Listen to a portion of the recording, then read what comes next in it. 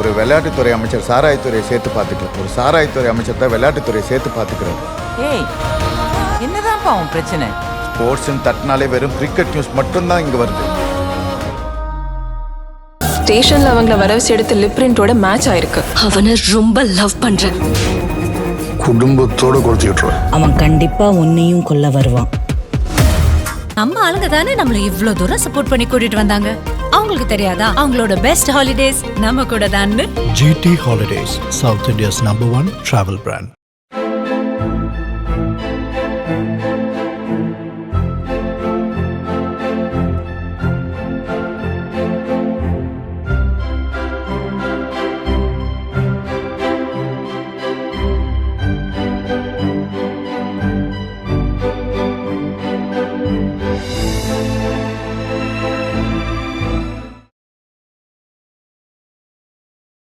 Welcome to cinema this week. வணக்கம் sir. வணக்கம் வணக்கம் சார், இப்போ ரீசெண்டாக தமிழ் சினிமாவில் ஒரு கேள்வி ஒன்று போயிட்டு இருந்தது. ரஜினி சார் படத்தை அஸ்வத் மாரிமுத்து தான் டைரக்ட் பண்ண போகிறாருன்னு எங்களுக்கு தெரியும். எப்போ அஃபீஷியலாக சொல்ல போகிறீங்கன்ட்டு மக்கள் கேட்டுட்டு இருந்தாங்க. இப்போ அஃபீஷியலாக நியூஸ் வந்துருச்சு. தர்மன் படத்துடைய டைட்டில். ஸோ ரொம்ப சூப்பராக இருக்குது. ஈவெண்ட்டுமே ரொம்ப சூப்பராக பிரம்மாண்டமே நடத்துனாங்க சார். ஒரே ஒரு கொஷின் மட்டும் எனக்கு எழுந்தது என்ன அப்படின்னா, இப்போ ஒரு பெரிய ஸ்டாரோட படம் ஈவெண்ட் வந்து நடக்குது அப்படின்னா நிறைய சினிமா செலிபிரிட்டி கலந்துப்பாங்க. பட் இந்த ஈவெண்ட்டில் அந்த படம் சார்ந்த ஒரு ஆர்டிஸ்ட் மட்டும்தான் கலந்துக்கிட்டாங்கன்னு எனக்கு தோணுச்சு. காரணம் என்னென்னா, கமல் சாரோட முந்தைய படங்கள் பண்ணவங்க மணிரத்னம் சார் இருக்கார், சங்கர் சார் இருக்கார், அவங்க கூட இந்த ஈவெண்ட்டில் கலந்துக்கலேன்னு சொல்லிட்டு ஒரு கேள்வி ஒன்று இருக்குது. என்ன நடந்தது? அந்த படத்தை பொறுத்த வரைக்கும் அந்த படம் சம்மந்தப்பட்டவங்க மட்டும்தான் பங்கேற்றாங்க அப்படின்னு சொல்ல முடியாது. அதை தாண்டி ஒரு பக்கம் வந்து கலைப்புலி தானு இருந்தார், இன்னொரு பக்கம் தமிழ் திரைப்பட தயாரிப்பாளர் சங்கத்தினுடைய தலைவர் தமிழ்குமரன் இருந்தார், சண்பகமூர்த்தி இருந்தார், லிங்குசாமி இருந்தார், ஆர்கே செல்வமணி இருந்தார். இப்படி சில பேர் இருந்தாங்க. ஆனாலும் மணிரத்னம் ஏன் இல்லை, சங்கர் ஏன் இல்லை அப்படின்லாம் சில பேருக்கு கேள்வி வரலாம். இது வந்து என்னென்னா, அவங்க கூப்பிட்டுட்டு அவங்க நிச்சயமாக வராமல் இருக்க மாட்டாங்க. இவங்களே கூப்பிட்றதை தவிர்த்திருப்பாங்க அப்படின்னு தான் நான் நினைக்கிறேன். ஏன்னா இந்த விழா நடந்த இடம் இருக்க அது வந்து கமல்ஹாஸ் ஆஃபீஸ் தான். கமல்ஹாஸ் ஆஃபீஸ்லேயே கீழே கார் பார்க்கிங்கில் வந்து பியூட்டிஃபுல்லாக ஒரு செட்டை போட்டு அங்கே அந்த விழா நடத்தியிருக்காங்க. அங்கே நிறைய பேரை கூப்பிட முடியாது அப்படின்றதுனால தான் கொஞ்சம் கம்மியாக அழைச்சிருப்பாங்க அப்படின்னு நினைக்கிறேன். ஏன்னா இந்த படம் சம்மந்தப்பட்டவங்களே நிறைய பேர் இருக்காங்க. வந்து ஒரு சிம்ரன் வந்திருந்தாங்க, ராசிகண்ணா வந்திருந்தாங்க, இப்படி அந்த படத்தில் பணியாற்றுகின்றவர்களே நிறைய பேர் வந்தாங்க. இதை தாண்டி இந்த விழாவுக்கு இந்த அழைப்பதை செலக்ட் பண்ணது இருக்குல்ல, யார் யாரை கூப்பிடலான்னு, அதை என்ன அடிப்படையில் அவங்க செலக்ட் பண்ணாங்கன்றது அவங்களுக்கு தான் தெரியும். ஒரு இண்டஸ்ட்ரின்னா ஒரு எந்தெந்த துறையில் வந்து ஒரு முக்கியமாக இருக்காங்களோ அவங்கள கூப்பிடுவாங்க. இல்லை அசோசியேஷன் இருக்காங்கல்ல, அசோசியேஷன் பிரசிடெண்ட்டாக இருக்கவங்கள கூப்பிடுவாங்க. இது மாதிரி ஒரு வரமுறைக்கு உட்பட்டு இருக்கோம். இது வந்து கொஞ்சம் அப்படி ஜம்ப் பண்ணி தான் இருந்ததுன்னு சொல்லலாம். இதெல்லாம் தாண்டி வந்து நான் சொன்னது இன்னொரு முக்கியமான காரணம், எல்லாரையும் அழைக்க முடியாததுக்கு காரணம் வந்து ஒரு இடமாக கூட இருக்கலாம். எது எப்படி இருந்த போதும் அந்த விழா வந்து ரொம்ப சிறப்பாக இருந்தது, அதில் சந்தேகம் இல்லை. அதுவும் கமல்ஹாசனும் ரஜினிகாந்தும் தன்னுடைய அந்த நாஸ்டாலஜிக் மூமெண்ட்டை பற்றி பேசினதுக்க அது எல்லாருக்கும் அந்த அளவுக்கு ரசிக்கிற மாதிரி இருந்தது. ரஜினிகாந்த் வந்து மேடையில் வந்தார்னா எப்போவுமே கூடுமாறு வரைக்கும் உண்மையை டொம்முன்னு போட்டு உடச்சிடுவார். அது மாதிரி தான் இந்த படத்தை பொறுத்த வரைக்கும்.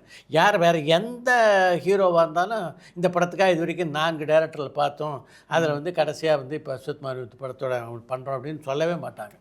இது இன்னும் சரியாக சொல்லணும். முக்கியமான விஷயம்னா, அந்த படத்தை பொறுத்த வரைக்கும் சுந்தர்சி இருந்தது நிறைய பேருக்கு தெரியும். ஒரு காலகட்டத்தில் சுந்தர்சி அந்த படத்தில் விலகிட்டார். அதுக்கான காரணத்தை அவர் இது வரைக்கும் அதிகாரப்பூர்வமாக வெளிப்படையாக சொல்லலை, அது வேறு விஷயம். அடுத்து வந்து சிபி சக்கரவர்த்தி இருந்தது, எல்லாருக்கும் நல்லா தெரியும். சிபி சக்கரவர்த்தியாக அஸ்வத் மாரிமுத்துவான்னு ரொம்ப நாள் டாஸ் ஓடிட்டு இருந்தது. இவரானு கடைசியாக அஸ்வத் மாரிமுத்துன்னு தான் முடிவாச்சு. இதில் KS ரவிக்குமார் இருந்தார் அப்படின்றது யாருக்குமே தெரியாது இண்டஸ்ட்ரியில். ஆக்சுவலாக வந்து KS ரவிக்குமார் ரஜினிகாந்த் ப்ராஜெக்ட் அவங்க பேசினது படையப்பா பார்ட் 2. படையப்பா பொறுத்த வரைக்கும் அது ஒரு சூப்பர் ஹிட் படம் இல்லையா? ஆமாம் சார். இந்த படையப்பா பார்ட் 2 எடுத்தால் நிச்சயமாக வந்து ரசிகர்கள் மத்தியில் மிகப்பெரிய வரவேற்பு இருக்குது. அதுவும் இந்த 2 ஒன்று இருக்குது. இப்போ இன்றைக்கி வந்து ஒரு பெரிய ஒரு வரவேற்பு ரசிகர்கள் மத்தியில் இருக்குது. படையப்பா பெரிய ஹிட் படம், அதனால் அதை பண்ணலாம் அப்படின்னு தான் ரஜினியும் ரவிக்குமாரும் பல முறை சந்தித்து பேசியிருக்காங்க. கதையெல்லாம் ப்ரிப்பேர் பண்ணியிருக்காங்க. ஒரு லைன் ப்ரிப்பேர் பண்ணி சொல்லிட்டார் ரஜினி சார் தவிர. ஓகே, இதில் என்ன ஆயிருக்குன்னா, இது நடுவில் தான் படையப்பா ரீரிலீஸ் ஆச்சு. படையப்பா திரைப்படம் வெளியான போது எப்படிப்பட்ட ஒரு வரவேற்பு ரசிகர் மத்தியில் இருந்ததோ அந்த மாதிரி இந்த படத்துக்கு மிகப்பெரிய வரவேற்பு. ஆமாம் சார். அதே மாதிரி வசூலும் பார்த்தா ஒரு கணிசமான வசூல். ஆமாம். இப்போ தான் ரஜினிகாந்த் யோசிச்சிருக்காரு, அதாவது ரீரிலீஸ் பண்ணோம், ஏற்கனவே ஓடின படம், மக்கள் பார்த்த படம், அந்த படத்தையே இந்த அளவு ரசிகர்கள் கொண்டாடுறாங்கன்னா நம்ம அடுத்து படையப்பா 2 பண்ணும்போது எக்ஸ்பெக்டேஷன் எவ்வளோ பெருசாக இருக்கும். அதை மேட்ச் பண்ணுற மாதிரி நம்ம ஜெயஜாண்டிக்காக ஸ்கிரிப்ட் பண்ணால் ஒழிய நம்ம ஜெயிக்க முடியாது. இப்போ நம்ம பண்ணியிருக்க ஸ்கிரிப்ட் நல்ல ஸ்கிரிப்ட், ஆனால் அந்த எக்ஸ்பெக்டேஷனை மேட்ச் பண்ணாதுன்னு அவருக்கு தோணியிருக்கு. அதனால தான் ட்ராப் பண்ணிட்டாரு. பட் ஆனால் இதில் இன்னொரு விஷயம் இருக்குது. இப்போ ரஜினி சொன்ன டேரக்டர், அதாவது யாருக்கும் வெளியே தெரியாத இருந்தால் ரவிக்குமார் பேர் சொல்லிட்டாரு. இது தவிர இன்னும் பல டேரக்டர் இருக்காங்க உள்ள கதை சொன்னவங்க. ஒரு பக்கம் ராம்குமார் பாலகிருஷ்ணன் இருக்கார், இன்னொரு பக்கம் வந்து மகாராஜா படத்துடைய டேரக்டரான நித்திலன் சுவாமிநாதன் இருக்குது. இப்படி பல பேர் உள்ளே வந்து போனவங்கிறாங்க. எது எப்படியோ இந்த படத்தை பொறுத்த வரைக்கும் படம் ஒரு நல்ல ஸ்டார்ட் ஆகிடுச்சு. இது ஒரு நல்ல ஒரு கமர்ஷியல் படமாக இருக்கும் அப்படின்றதுக்கான முத்திரைகள் அந்த படத்தினுடைய விளம்பரத்தை பார்க்கும்போதே தெரியுது. இதையெல்லாம் தாண்டி அஸ்வத் மாரிமுத்துட்ட எனக்கு ரொம்ப பிடிச்ச விஷயமே, அவர் ஒரு நல்ல ஸ்கிரிப்ட் ரைட்டர். டிராகன் திரைப்படமே பார்த்தா படம் வெற்றி பெற்றதை தாண்டி முக்கியமான விஷயம் வெரி வெல் ரிட்டன் ஸ்கிரிப்ட். அந்த படத்தினுடைய வெற்றிக்கு முக்கியமான காரணம் அதுதான். இந்த படத்தை பொறுத்த வரைக்கும் அவர் நல்ல ஸ்கிரிப்ட் எழுதியிருப்பார் அப்படின்ற அசாத்திய நம்பிக்கை எனக்கு இருக்குது. அது இருந்ததுன்னா இந்த படம் வந்து ரஜினிகாந்த் ரசிகருடைய எக்ஸ்பெக்டேஷன்லாம் தாண்டி மிகப்பெரிய வெற்றி பெறுவதற்கு நிறைய வாய்ப்பு இருக்குது. அந்த வகையில் ரஜினி ரசிகர்களை குஷிப்படுத்துகிற படமாக இது அமைஞ்சால் மகிழ்ச்சி தான். அப்புறம் ரஜினி படத்தை பேசும்போது இன்னொரு முக்கியமான விஷயத்தை சொல்ல மறந்துட்டேன். ரஜினி மட்டும் சிபி சக்கரவர்த்தியுடைய இயக்கத்தில் நடிச்சிருந்தாருன்னா நிச்சயமாக ஒரு புது நடிகர் வந்து வில்லனாக நம்ம தமிழ் சினிமாவில் கிடைத்திருப்பார். அது வந்து இயக்குனர் சங்கர். இதுக்கு வந்து சிபி சக்கரவர்த்தி போய் சங்கர்கிட்ட பேசியிருக்காரு. சங்கர் ஒத்துக்கிட்டார். ஏன்னா அவங்கள பொறுத்த வரைக்கும் பார்த்தா சிபி சக்கரவர்த்தி யாருன்னா சங்கருடைய அசிஸ்டன்ட் அட்லியுடைய அசிஸ்டன்ட் தான் சிபி சக்கரவர்த்தி. அதனால் இவரை போய் கேட்டவுடனே அவர் ஒத்துக்கிட்டார்.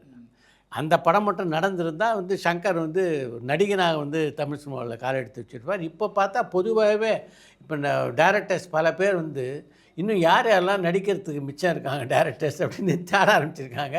அதில் தான் சங்கர் முதல்ல அந்த லிஸ்ட்டில் வந்திருக்காரு. சங்கரை தாண்டி அடுத்த டேரக்டர் லிங்குசாமி, இப்போ அவரும் லிஸ்ட்டில் இருக்கார். அவரும் வந்து பல டேரக்டர்கள் இப்போ அப்ரோச் பண்ணிகிட்ருக்காங்க. ஒரு சரியான ஸ்கிரிப்டுக்காக காத்துட்ருக்காரு லிங்குசாமியும் அப்படின்னு தான் நான் நினைக்கிறேன். சரியான ஸ்கிரிப்ட் அமைஞ்சதுன்னா அடுத்து லிங்குசாமியும் வந்து ஒரு நடிகராக தமிழ் சினிமாவளத்தை நம்ம பார்க்குறதுக்கு நிறைய வாய்ப்பு இருக்குது. தர்மன் படம் மாதிரியே மிக அதிகமாக எல்லாரையும் அழைக்காமல் இன்னொரு முக்கியமான நிகழ்ச்சி தமிழ் சினிமாவளத்தில் சமீபத்தில் நடந்தது. அது சுந்தர் சி குஷ்பு மகளுடைய திருமணம். அந்த திருமணத்தை பொறுத்த வரைக்கும் பல பத்திரிகைகள் ஜூனியர் உடனில் ஒரு கட்டுரையே வெளிவந்திருந்தது. ஏன் வந்து முக்கியமானவங்களெல்லாம் குஷ்பு இந்த திருமணத்துக்கு அழைக்கலை அப்படின்ட்டு. அதுக்கு வந்து விளக்கமாக அதில் வந்து பதிலும் சொல்லியிருந்தாங்க. குஷ்புடைய மகளான அவந்திகாவை பொறுத்த வரைக்கும் இந்த மாதிரி கூட்டம் கூட்டி இதெல்லாம் வந்து மிகப்பெரிய ஆடம்பரமாக அந்த விழா நடத்துது, 2000 பேரை கூட்டி அதெல்லாம் அவங்கள பெரிய விழாவாக நடத்துறதெல்லாம் உங்களுக்கு உடன்பாடு இல்லை பொறுத்து. என்னை பொறுத்த வரைக்கும் திருமணம் நடக்கணும், அவ்வளோதான். நீயும் அப்பாவும் மட்டும் வந்தால் போதும், எதிர்க்கவே ரிஜிஸ்டர் ஆஃபீஸு அங்கே போய் நாங்கள் கல்யாணம் பண்ணிக்கிறோம், அதுக்கப்புறம் நாங்கள் எங்கள் ஃப்ரெண்ட்ஸை கூப்பிட்டு ஒரு சின்ன பார்ட்டி வச்சுக்கிறோம் அப்படின்ற மாதிரி தான் அவந்திகா சொல்லியிருக்காங்க. அப்படி மொத்தமாக நடத்த முடியாது. நிச்சயமாக ஒரு ரிசப்ஷனாவது கிராண்டாக நடத்தணும் இந்த கல்யாணத்துக்குன்னு குஷ்பு பிளான் பண்ணனுடைய விளைவு தான் இப்போ கோவாவில் நடந்த இந்த திருமண விழா. இந்த திருமண விழா நடத்தணும்னு குஷ்பு முடிவு பண்ணோடனே அவந்திகா என்ன பண்ணியிருக்கு, இந்த மொத்த விழாவுக்கு 75 இன்விடேஷன் தான். 75 இன்விடேஷனில் எனக்கு 25, உங்களுக்கு 25, சுந்தர் சிக்கு 25, இப்படி ஆளுக்கு 25 இன்விடேஷன்னு டிசைட் பண்ணிட்டாங்க. குஷ்புவை பொறுத்த வரைக்கும் 25 இன்விடேஷன் போதாது அப்படின்றனால சுந்தர் சிகிட்டேருந்து ஒரு 10 இன்விடேஷன் கூடுதலாக வாங்கி அவங்க 35 இன்விடேஷன் அவங்க விநியோகம் பண்ணியிருக்காங்க. 15 இன்விடேஷன் தான் சுந்தர் சி விநியோகம் பண்ணியிருக்காரு. இப்போ அதனால தான் இங்கே பார்த்தா தமிழ் நட்சத்திரங்களில் ஒரு பக்கம் பிரபு அவர் கலந்துக்கிட்ட மாதிரி தெரியல, சத்யராஜ் இவங்களுக்கெல்லாம் அழைப்பு கொடுத்ததாகவே தெரியல நமக்கு. தெலுங்குலேருந்து நிறைய பேர் போயிருக்காங்க, நாகார்ஜுனா போயிருக்காரு, வெங்கடேஷ் போயிருக்காரு. இப்படி தமிழ் அவங்க கூப்பிட்டதுன்னா குஷ்புனுடைய நெருங்கிய தோழிகள் எல்லாருமே அந்த விழாவில் பங்கு பெற்றிருக்காங்க, பார்க்க முடிஞ்சது. ஒரு பக்கம் சுகாசினி, இன்னொரு பக்கம் வந்து சுஜாதா விஜயகுமார், லிசி பிரியதர்ஷன், அப்புறம் பூர்ணிமா பாக்யராஜ், இப்படி ஒரு செட்டப் பீப்புள். இந்த திருமணத்தை பொறுத்த வரைக்கும் அதிகமான பேர் அதில் கலந்துக்காததுக்கு முக்கியமான காரணம் அவந்திகாவுடைய முடிவு தான். அதை பொறுத்த வரைக்கும் ஒரு நல்ல முடிவாக தான் நான் பார்க்குறேன். இந்த காலகட்டத்தில் பார்த்திங்கன்னா எல்லா பெண்களுமே என்ன நினைக்கிறாங்கன்னா, நம்ம கல்யாணத்துக்கு ஒரு 2000 பேர் கூப்பிட்டு எல்லாரோடவும் பார்த்து சிரித்து பேசி அப்படி நின்று கை கொடுக்குறத வந்து விரும்புறதில்லை. ஆமாம் சார், இந்த கல்யாணம் என்னுடைய கல்யாணம், என்ன தெரிஞ்சவங்க, என்னுடைய ஃப்ரெண்ட்ஸு, அவங்க வந்தால் போதும்னு நினைக்கிறாங்க. அது ஒரு நல்ல ஆட்டிடியூட் தான். பொதுவாகவே இப்போ சினிமா காலத்தில் பார்த்தா முன்னெல்லாம் 2000 பேர் இன்விடேஷன் கொடுத்து 3000 பேர் இன்விடேஷன் கொடுத்துலாம் ஆடம்பரமாக நடத்துவாங்க. பல கல்யாணங்கள் இப்போ வந்து 100-150 இன்விடேஷன் தான். ஏவிஎம் சாருடைய பேத்தியினுடைய திருமணம் ராஜேஸ்வரி கல்யாணத்தில் நடந்தபோது மொத்தமே எனக்கு தெரிஞ்சு ஒரு 200 பேர் தான் அவங்க கூப்பிட்டுருப்பாங்கன்னு நினைக்கிறேன். அந்த இன்விடேஷனே பார்க்கணும். இன்விடேஷன் ஒரு சின்ன போஸ்ட் கார்டு தான். இப்போ பல பேர் இன்விடேஷன் கார்டே ஒரு 5000 ரூபாய்க்கு 4000 ரூபாய்க்கு இப்படி திறந்தா இந்த பக்கம் ஃப்ளவர் வர்ற மாதிரி இந்த பக்கம் கேக் வர மாதிரிலாம் அனுப்புகிறாங்க. அந்த ஃபங்க்ஷனையும் பார்த்தா கலந்து கொண்டவர்கள் அதிகபட்சமாக 150 பேர் இல்லை 200 பேர் இருப்பாங்க, அவ்வளோதான். இப்படி தான் இப்போ போக்கே மாறிக்கிட்டு இருக்கு. சார் இந்த வாரம் ரிலீஸ் ஆன படங்கள் ஒரு 3 படம் நான் வந்து பார்த்தேன் சார். 3மே டிஃப்ரெண்ட்டான ஸ்டோரி. ஒன்று என்னென்னா அர்ஜுன் தாஸ் நடித்த கான் சிட்டி, அடுத்த படம் பார்த்தீங்கன்னா அந்தரன் பிரஜின் சார் ஹீரோவாக நடிச்சிருக்க படம், இன்னொரு படம் அங்கீகாரம் நம்ம ப்ரொடியூசர் இருக்கார் இல்லையா கேஜேஆர், அவர் வந்து ஹீரோவாக நடித்தது. 3மே பார்த்தீங்கன்னா ரொம்ப டிஃப்ரெண்ட்டான ஸ்கிரிப்ட் அப்படின்னு சொல்லலாம். ஃபஸ்ட் படமாக அங்கீகாரம் போயிடலாம். அங்கீகாரம் பொறுத்த வரைக்கும் ஒரு நல்ல ஸ்போர்ட்ஸ் ஃபிலிம் சார். ஹீரோவாக வந்து அந்த படத்துடைய ப்ரொடியூசர் தான் நடிச்சிருக்காரு. ஃபஸ்ட் டைம் அவர் நடிக்கிற மாதிரியே தெரியல சார். லிட்டரலாக அது ஒரு ஸ்போர்ட்ஸ் ஃபிலிம் அப்படிங்கிறதுனால நம்ம லுக்கில் பார்த்தா ஒரு நல்ல ஸ்போர்ட்ஸ் பர்சனே வந்து நடிச்சிருக்காரு அப்படிங்கிற மாதிரி தான் தோணுது. ஒரு சின்ன கரெக்ஷனு, அந்த படத்துக்கு அவர் ப்ரொடியூசர் இல்லை, அவர் ப்ரொடியூசர் தான். சிவகார்த்திகேயன் படம் எடுத்தவர். ஆனால் இந்த படத்தை வந்து அவர் தயாரிக்கல, அவருடைய நண்பர்கள் தயாரிச்சிருக்காங்க. இதில் வந்து அவருடைய ஜாப் அப்படின்றது நடிப்பு மட்டும்தான். அதான் சார், அதை வந்து ரொம்ப சூப்பராகவே பண்ணியிருக்காரு அப்படின்னு நான் சொல்ல வரேன். பார்த்தா சூப்பராக ஒரு அட்லட்டே வந்து நடிச்சிருக்காரு அப்படிங்கிற மாதிரி லுக் அப்படி தான் இருந்தது எல்லாத்தையும். ஆமாம் சார், அந்த வகையில் மக்களுக்குமே அந்த படம் வந்து பிடிச்சிருந்தது. அவரோட நடிப்பை தாண்டி அது என்ன சொல்ல வராங்க படத்தில் அப்படிங்கிற விஷயமும் மக்களுக்கு நல்லாவே போய் சேர்ந்தது. அந்த வகையில் அந்த அங்கீகாரம் படம் ரொம்ப சூப்பராகவே இருக்குது. இன்னொரு பக்கம் பார்த்தீங்கன்னா அர்ஜுன் தாஸ் நடித்த கான் சிட்டி, அதாவது அந்த டேரக்டருக்கு வந்து இது வந்து ஃபஸ்ட்டு படம் தான். யங்ஸ்டர்ஸோட பல்ஸை வந்து ரொம்ப சூப்பராக பிடிச்சிச்சு. இல்லை, அந்த படத்துடைய ட்ரெய்லரே ரொம்ப இன்ட்ரெஸ்டிங்காக இருந்தது, எல்லாருமே அட்ராக்ட் பண்ணுற மாதிரி இருந்தது. ஆமாம் சார், அந்த மாதிரி யங்ஸ்டர்ஸ் வந்து என்னெல்லாம் வந்து பண்ணால் என்ஜாய் பண்ணுவாங்க அப்படின்னு சொல்லிட்டு அவருக்கு நல்லாவே தெரிஞ்சிருக்கு. ரொம்ப சூப்பராக கொடுத்துருக்காரு. என்னை வந்து ஆச்சரியப்படுத்தின ஒரு கேரக்டர் சார் வடிவுக்கரசி மேமோட கேரக்டர். அவங்களும் யோகி பாபு சாரும் 2 பேரும் சேர்ந்து ஒரு விஷயம் பண்ணுறாங்க. ரொம்ப சூப்பராக இருந்தது. ஓவராலாகவே படம் வந்து ஓகேப்பா சூப்பர்ப்பா நல்ல படம் அப்படிங்கிற மாதிரி இருந்தது. அண்ட் இன்னொரு படமான அந்தரன், அதுவுமே பார்த்தீங்கன்னா ஒரு நல்ல ஒரு சஸ்பென்ஸ் த்ரில்லர் படமாகவே இருந்தது அப்படின்னு சொல்லலாம். கிட்டத்தட்ட ராட்சசன் படமாக இருக்குன்னு சொல்லிட்டு ப்ரொமோஷன் எல்லாமே சொல்லிட்டு இருந்தாங்க. கடைசி கிளைமேக்ஸ் ஒரு 1/2 hour பார்த்தீங்கன்னா ரொம்ப இன்டென்ஸாகவே கொண்டு போயிருந்தாங்க. அந்த வகையில் இந்த 3 படமே சூப்பர்ப்பா, ஒருத்தப்பா, கண்டிப்பாக தேட்டரில் பார்க்கலாம் அப்படிங்கிற மாதிரி இருந்தது. என்ன ரொம்ப இம்ப்ரெஸ் பண்ண படமாக அங்கீகாரம் படம் வந்து இருந்தது சார். சார் அடுத்து ஆர்ஜே பாலாஜி சார் வந்து கருப்புன்னு சொல்லிட்டு சூப்பராக ஒரு ஹிட் படம் கொடுத்துருக்காரு. மக்கள் எல்லாரும் என்ன கேட்குறாங்கன்னா சூப்பர்ப்பா படம் வந்து சூப்பராக இருந்தது கருப்பு படம். அடுத்து நீங்கள் என்ன பண்ண போகிறீங்க? படம் டைரக்ட் பண்ண போகிறீங்களா, இல்லை ஹீரோவாக நடிக்க போகிறீங்களா, இல்லை நீங்களே ஹீரோவாக நடித்து படம் டைரக்ட் பண்ண போகிறீங்களான்னு சொல்லிட்டு கேட்டுட்டு இருக்காங்க. அவர்கிட்ட நேரடியாக யாராவது கேட்டால் அவர் சொல்லுவார் இப்போதைக்கு நான் வந்து ஓய்வு எடுக்க போகிறேன் அப்படின்ட்டு. ஆக்சுவலாக அதை தான் இப்போ பண்ணிக்கிட்டு இருக்காரு ஆர்ஜே பாலாஜி. சமீபத்தில் அவருடைய பிறந்தநாள் வந்து இல்லை, அதை ஒட்டி தன்னுடைய குடும்பத்தோடு கென்யாவுக்கு போயிருக்கார். கென்யாவில் 15 days அது முடிஞ்சு தான் சென்னை திரும்ப இருக்கார். என்னை பொறுத்த வரைக்கும் ஒரு படத்தில் நடிச்சுட்டு ஒரு கேப் எடுத்துகிட்டு அதுக்கப்புறம் தான் படம் டைரக்ட் பண்ணுவேன்னு நினைக்கிறேன். இப்போ சினிமா உலகத்தில் இருக்காங்களே எல்லாருமே பயங்கர புத்திசாலியாக தான் இருக்காங்க அப்படின்னு சொன்னோம். அதுக்கு உதாரணமாக ஒரு சம்பவத்தை சொல்லணும்னு நினைக்கிறேன். இப்போ மணிரத்னம் இருக்கார், ஒரு பிரபலமான இயக்குனர். ஹிந்தி பட நட்சத்திரங்கள் முதற்கொண்டு எல்லாருக்கும் அவருடைய ஒரு படத்தில் நம்ம நடிச்சிட மாட்டோம் அப்படின்ற ஆசை இன்னி வரைக்கும் இருக்குது.